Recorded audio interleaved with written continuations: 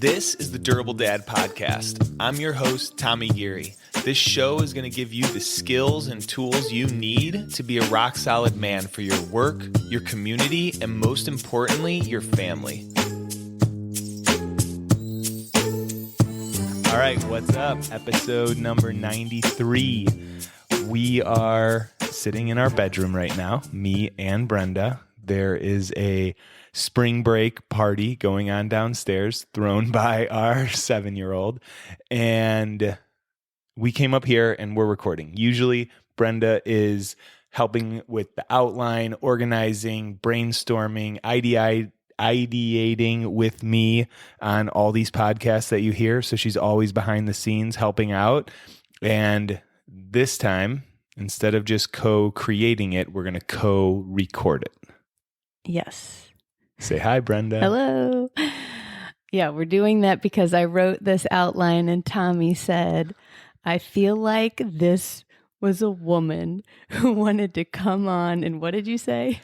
Who Be wanted like, to come all right, in and say, I got this audience of men and I'm going to tell them how to help their wives and how to stop being lazy and step it up. That's not what I was thinking. I wasn't coming from there, but we're going to just try this and see how it goes. Yeah. The topic today is a topic that a lot of couples have friction in. It's friction in a lot of marriages, and we see it with our friends. I see it in coaching sessions. Brenda and I just worked on replacing our fence or parts of our fence this past weekend, and it came up throughout that project. And the friction point is that men around the household, for kids stuff, for family things that need to get done, don't take much initiative. And the way one of our friends put it when we were hanging out, what'd she say? We were laughing about it, but she was like, nothing infuriates me more than when he walks up in the middle of chaos and says, what can I do to help out? And I was like, yes.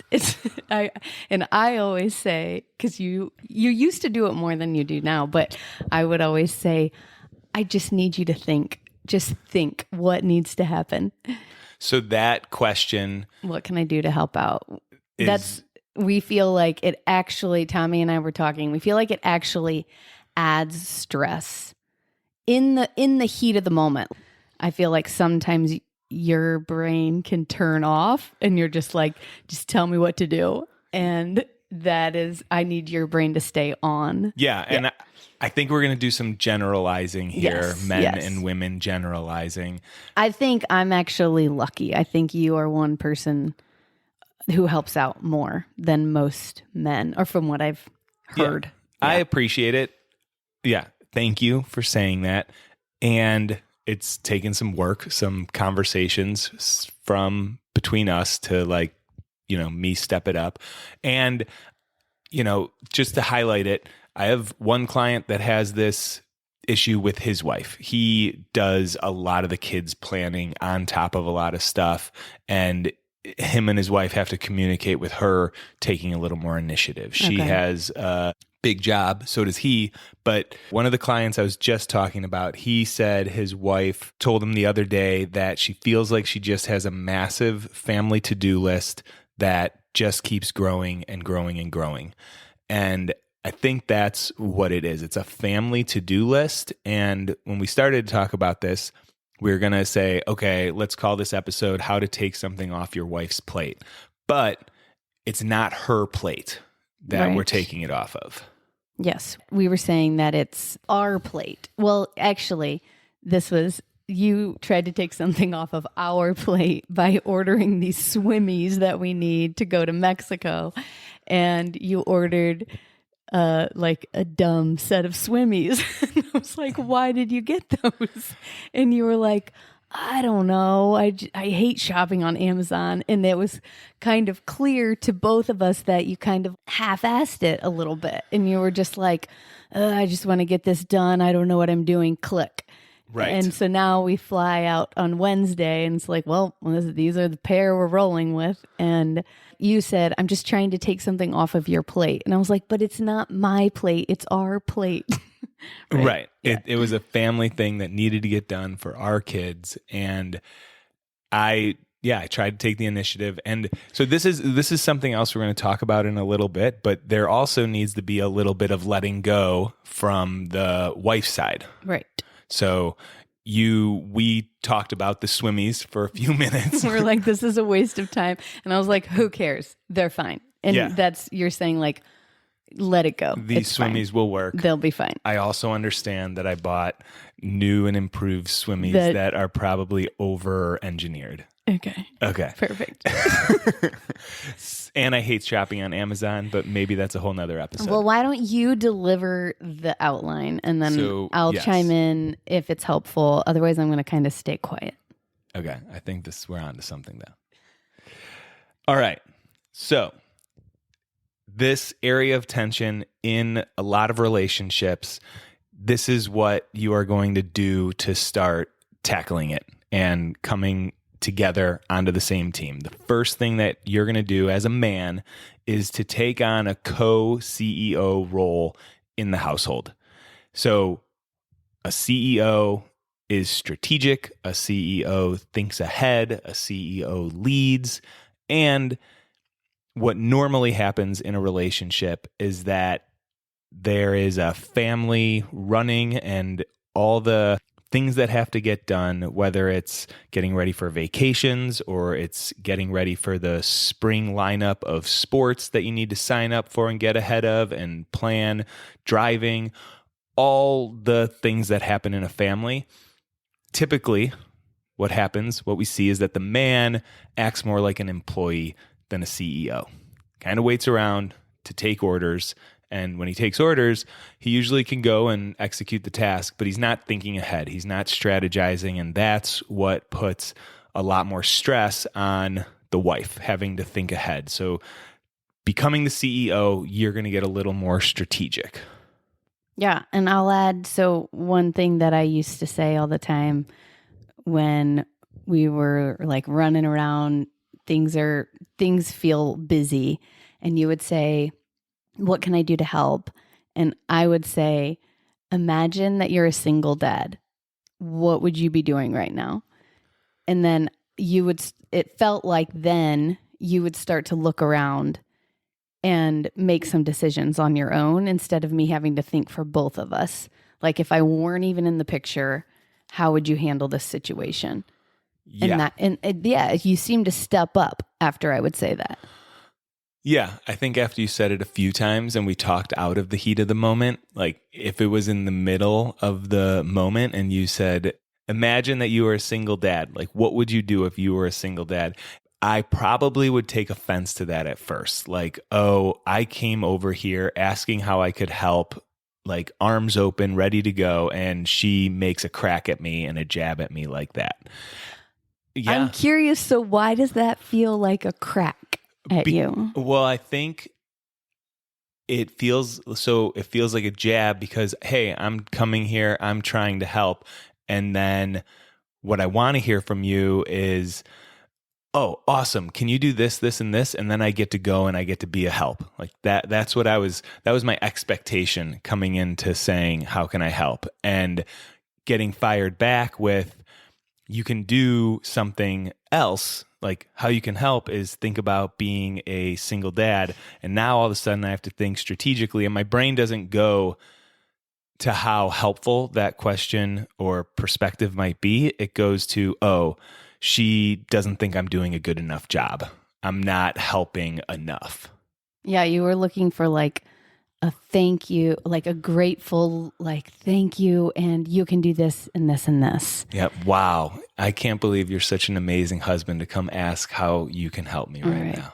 And that would be like, the slime mess that just happened downstairs. You're cleaning all of it up and I'm just working or something on my computer and I come and say, hey, how can I help? Well, I could see how, I mean, it's clear. See, that's the problem. I wouldn't say, what can I do to help? I would just pitch in and do something helpful because it's not that slime mess isn't your problem and it's not my problem. It's our problem. And so it doesn't feel like something that I need to say, thank you for helping. It feels like something, yeah. Does that make sense? You can make any analogy, find an analogy. You don't have to explain to me that me taking offense to you asking me to think like a single dad is wrong. I understand that I shouldn't be taking offense to that we're in this together and you're just trying to get me to think strategically with you. Right. This is a problem that a lot of guys have. I was just talking to a buddy a couple weeks ago and we haven't talked in a while and we got into it, and him and his wife have been through some stuff in their marriage. And I was like, well, how'd you guys start working through it? Because their marriage is at a really good place right now. And he said, the first thing I kind of noticed when I started working with the coach was that I'm very self-absorbed.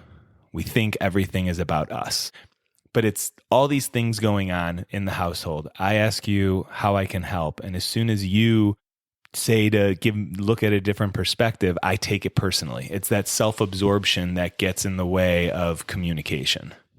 Okay. All right. So back to CEO. I mean, I think that's the gist of it.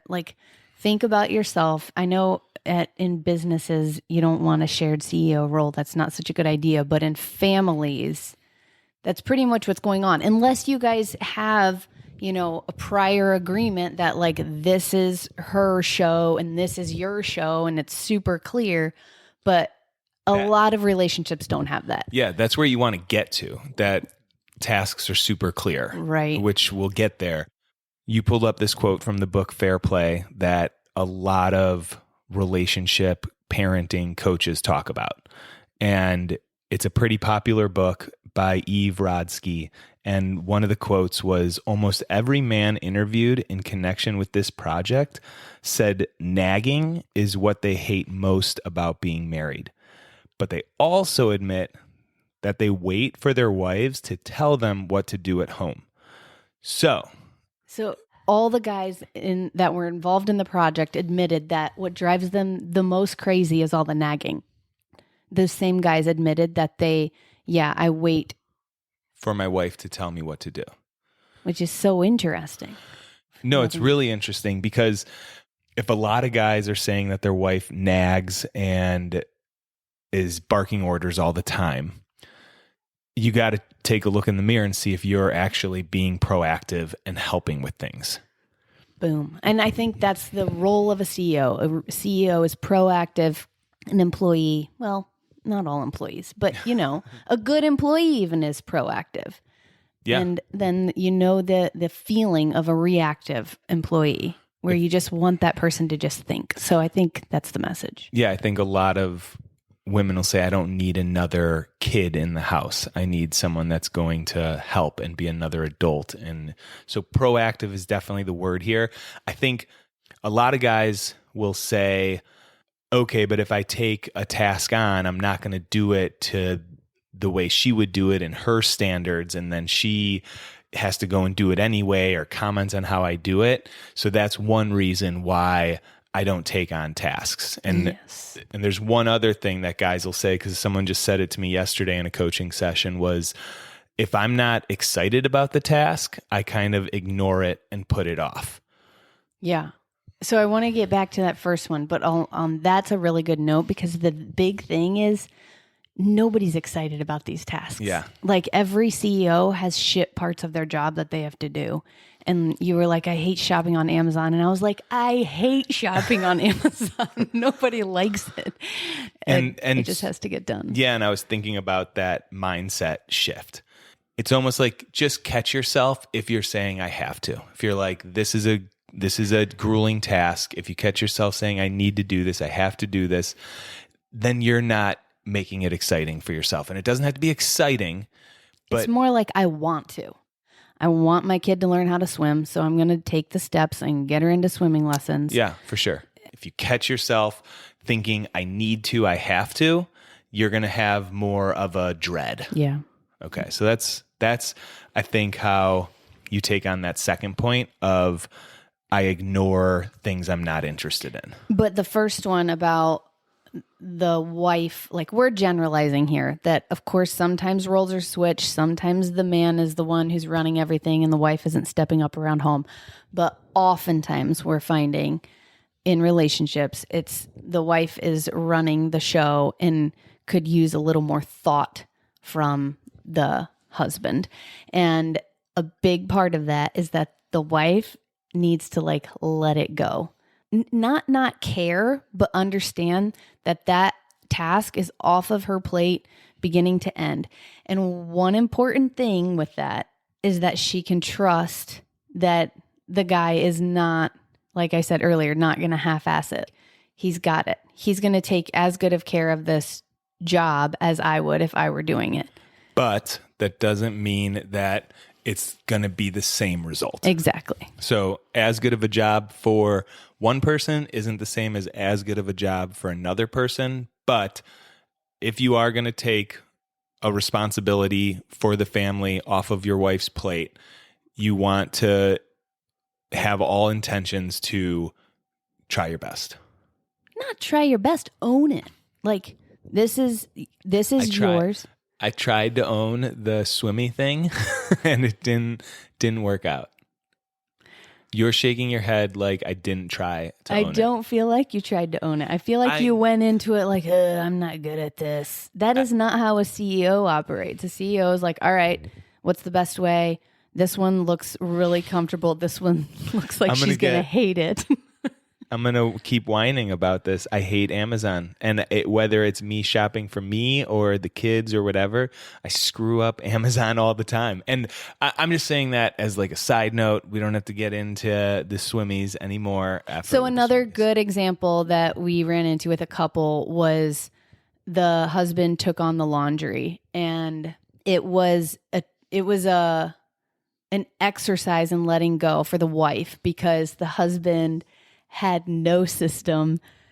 The laundry, he would kind of just like do it whenever he felt like it. And then laundry would just pile up in the laundry room and then he would do it all. And people were kind of running low on things all the time. But she eventually was like, all right, I'm going to let this go. The laundry gets done and it doesn't get done the way she would do it.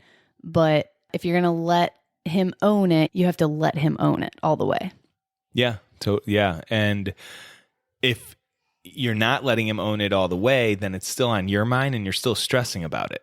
Right. And so you're annoyed and then he gets annoyed because he's like, I'm doing this and you're not letting me do this. Yeah. It's actually the truth with our kids too. I mean, that Kirk parenting guy taught me this, that you ask your kid to do a task, they're not going to do it the way you want it. You ask them to sweep. He was like, you ask them to sweep the floor. They're going to put the broom between their legs and do it backwards. And it's going to drive you freaking crazy and let them do it their way. All right. So how do you do this? Right. Well, it's like the wife has to let it go, but the listeners are guys. And so that's trying to control their wife. It's more what action can guys take is to initiate the conversation. Yes. Become the co-CEO, initiate the conversation. And I think what you just said about not being able to control your wife is huge because, you know, that quote from Fair Play about nagging and about barking orders all the time. We can't tell our wife to just stop barking orders and stop nagging. But that second part of waiting for our wife to give us a task is the part that we can control as a man. So you don't even have to decide what tasks you're going to start doing or how you're going to start planning and helping out. The next thing you do as a CEO is set up a meeting with your wife, set up the conversation, let her know that, hey, I want to help more. I don't want to just walk up in the middle of something and say, how can I help? I want to take more initiative and wondering if we can figure out what that looks like. Yeah. And I'll give an example of another couple. They decided to go to dinner and she brought a pen and paper and she wrote down everything that she does. And they said after this, they felt like they had more appreciation for each other because they had a better understanding of who does what he was feeling like she was grumpy all the time. And she was feeling like he didn't do anything around the house, like he had this lazy bone in him. And it was building up resentment. And while what they said was, as they had the conversation, she started to realize things that he was doing that she didn't know, and he understood why she was always grumpy and stressed all the time. So you have this conversation not in the heat of the moment, not when you're at the house and kids are running and you only have a couple minutes. You set up a time where you're out of the moment. I think it's helpful for me because I get to kind of drop my defense a little bit, right? That back to that taking things personally, me versus you. It's more of a, we're in this together and let's figure this out. Let's figure out how to run the household more smoothly, more effectively. Yeah. Yeah. So it's like step into a CEO role, initiate a conversation with your wife. And that's really the main points. We wanted to mention using systems. Yeah, using systems, using lists. One of the things that I do a lot are Siri reminders. Hey, Siri, remind me Monday I got to sign Nell up for the YMCA classes or YMCA session. I mean, people kind of know this, but if you don't use your calendar to its fullest, your reminders to their fullest, or like we run in the mornings, we run off of this list because for a while there in the mornings before school, Tommy was chipping in, but then checking out. I would get breakfast ready. I'd make lunches and kind of not wipe my hands clean of it, but check out a little bit. You'd slip into your office and I'd be like, Tommy, where are you? Right. And morning after morning. And then like we were forgetting things and we were rushing every morning. And so I was like, okay, what needs to happen every single morning without fail? Marlo needs socks. Marlo needs a clean diaper. Nell needs her hair brushed, blah, blah, blah. Got to make sure that both of them take a pee, whatever it is. There's more than just putting food in their stomach and having food ready for lunch that needs to happen to get them out the door. And Brenda made a list and she typed it up, printed it out, put it on the fridge. And the first morning I saw it, I was taken back for a second, like felt like a little childish, like she was telling me what to do. And then dropped my guard, right? She did this not to call Tommy out. She did it as like a way to help us as a family and make our mornings run more smoothly. And it helps. I mean, just the other day, I got some stuff done and I was like, all right, what do I have to do next? Wanting to just go chill, but looked at the list and there were a few more things to knock out. So that list is helpful. I bet there's a lot of other tools. We use Google Keep. We've mentioned on the podcast a few times and share lists that way. It doesn't have to be perfect. It doesn't have to be really clean. It's out of your head, on paper, electronic note, whatever, to stay organized. Yeah. Yeah. This is a point of tension that we see in a lot of couples because I coach men, Brenda coaches women, we coach couples together, and this comes up, and then it comes up in conversations with friends. Nate Bergatsky has jokes about it in his stand-up comedy. The one joke where the school calls him because his daughter needs to be picked up early. He's like, why'd you call me? You could have called anyone else. And finally he's like, all right, fine. What school does she go to? Right. The dad has no idea about this kind of stuff. It's funny. The dynamic is funny, and it's an opportunity to make your relationship better. Oh. It is a point of tension, and laugh at it. That would, bringing humor into that conversation you're going to have is never a bad idea. So your actions decide. You're going to be a co-CEO of the family. You're going to start being strategic. You're going to start thinking ahead, and you're in it together. It's not taking stuff off your wife's plate. It's taking stuff that's on the family plate and owning some of it. And the way that you're going to do that is have a conversation with your wife. Initiate the conversation. Boom. All right. That's what we got for you guys today. Have an awesome week, and we'll catch you next time. All right, before you take off, what is your big challenge for 2026? If you haven't decided yet, check out the next Grand Canyon trip, a 16-mile hike from the top of the canyon down to the Colorado River and back up. This is the kind of challenge that's going to push you into a higher gear. You're going to train, you're going to get in better shape, and you're going to check off a bucket list experience. So if you're wanting something to train for next year, a goal that's going to pull you out of the grind, this is it. We're assembling the team right now. All the details are on the website. Training starts in January. We hike in April. Check it out.